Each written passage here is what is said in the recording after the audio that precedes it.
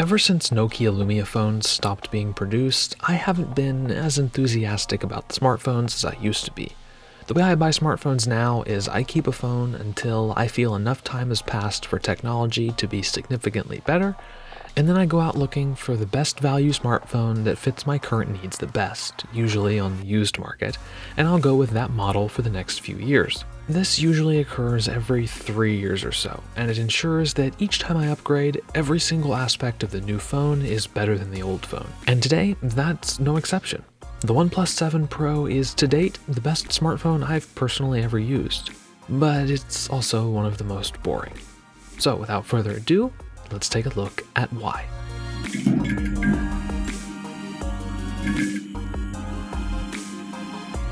Released in 2019 with a price tag of more than double the original OnePlus One, the 7 Pro was a complete departure from OnePlus's traditional strategy of almost flagship phones at mid-range prices. For the additional coin, you got a Snapdragon 855, 8 or 12 gigabytes of RAM, and 128 or 256 gigabytes of non-expandable storage, and a fairly impressive build quality. The glass and metal sandwich isn't exactly an original design idea, but the gunmetal colored glass does play with light in an interesting way, kind of like a CD would. It is, of course, a fingerprint magnet though. If you aren't a fan of glass backs on smartphones, OnePlus has several very well-made first-party cases like this nylon-backed model I have here. They may not offer the most drop protection, but they're slim and they fit excellent. On the left of the phone, we've got the volume rocker. The bottom houses the speakers, the USB Type-C port, and the dual SIM tray. And the other side is where you'll find the power button and 3-position silent vibrate ring switch. A hardware mute switch is one of the things I love about the iPhones, and it's great to see it included on an Android phone for a change. The screen has some pros and cons. The biggest con for me is it's too big to be rounded. Using Android's swipe to go back gesture is pretty much impossible to do one-handed because you have to reach all the way to the edge of the curve to trigger it. And curved screens also catch the light at almost any angle they're at, so you'll pretty much always have a reflection on the screen. In my opinion, the screen should have either been flat or have been curved and a bit smaller so the back gesture was more accessible. Aside from that though, the 1440p 90Hz HDR OLED screen is a thing of beauty. The paper-like 516 ppi density combined with the jump to a 90Hz refresh rate make this one of the best looking smartphone screens I've ever used. And the sRGB and DCI P3 color profiles, each with an adjustable white balance, are also a very welcomed addition.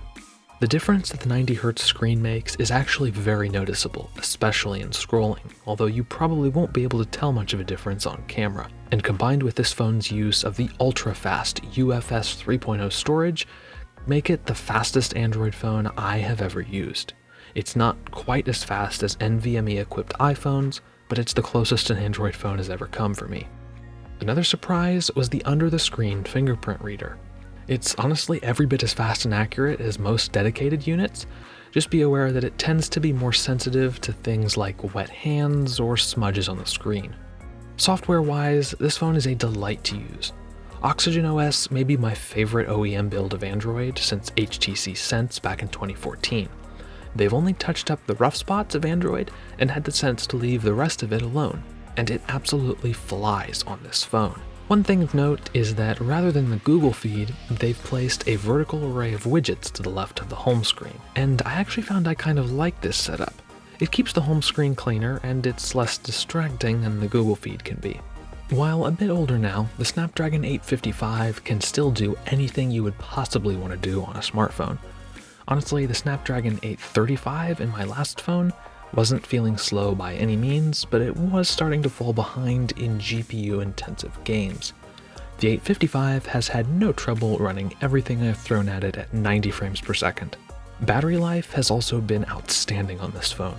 The 4000 mAh battery almost always leaves me with 30% left in the tank after a full day, though it's worth mentioning that my heavy use of dark mode probably helps a bit. Now on to the cameras. First off, the front-facing camera is a pop-up affair. This is brilliant. If you're like me and take 2 selfies a year tops, it is the perfect solution for eliminating the notch. I've heard no complaints about its durability either, and I have no doubt that it will hold up for many years to come. On then to the main cameras. This phone is equipped with a triple camera setup. Now, there are two kind of takeaways from this camera. First of all, the use of a small sensor with such a high resolution means that the pictures are going to need quite a bit of processing to turn out good. Secondly, the OnePlus camera app's processing is one step shy of terrible. The app itself is excellently laid out with a beautiful user interface and full manual controls, but if you have this phone, I cannot stress enough how much pictures will be improved by installing Gcam. For the uninitiated, Gcam is the camera app that the Google Pixel phones use, and it does a better job 9 times out of 10.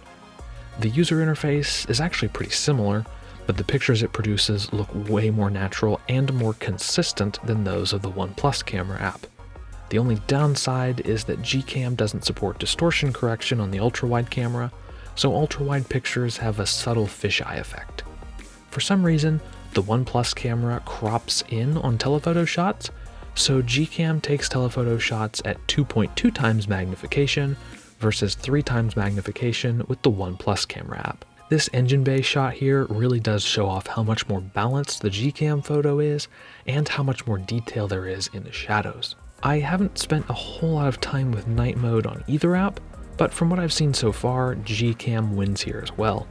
The OnePlus night mode shots tend to have an extremely flat look to them. Overall, camera performance isn't stunning, but with Gcam it can at least hold its own against most modern flagships. Also, here is a quick video sample. I'll let you decide what you think of it.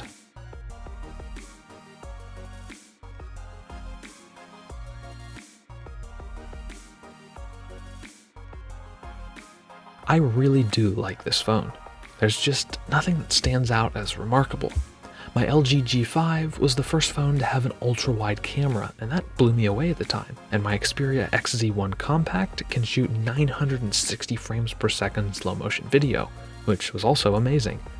This phone doesn't really have a unique selling point other than it's fast, it's reliable, and it supports dual SIM cards, which is actually a really big deal for me. The vibration motor built in is also outstanding. It's not quite as good as Apple's Taptic engine, but it comes within spitting distance and it really impressed me.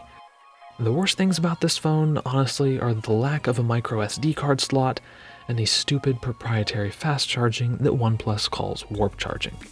OnePlus, if you want to make your own fast charging protocol, that's fine, but make your phones work with the industry standard Qualcomm Quick Charge as well, so people don't have to buy new chargers.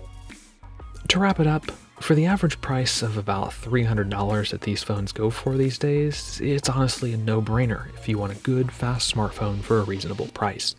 You won't get water resistance or the absolute best camera in the industry, but you'll get a lovely, notch-free screen on a phone that will do anything you want it to, as quickly as you want it to, for about as long as you want it to. As always, thank you guys so much for watching. If you liked the video, hit like, get subscribed, and ring the bell so you get notified when I post new videos. And I will see you guys in the next one.